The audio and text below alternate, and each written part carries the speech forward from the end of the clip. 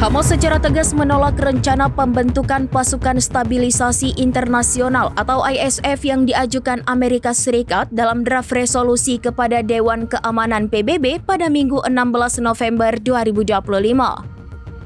Juru bicara Hamas Hazem Qassem menilai proposal tersebut tidak akan membawa stabilitas bagi penduduk Gaza.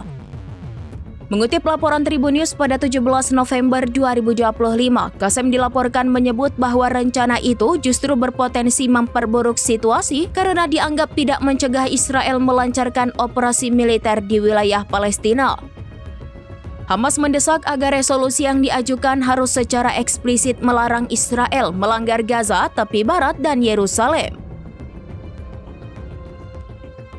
Download Tribun X sekarang, menghadirkan lokal menjadi Indonesia.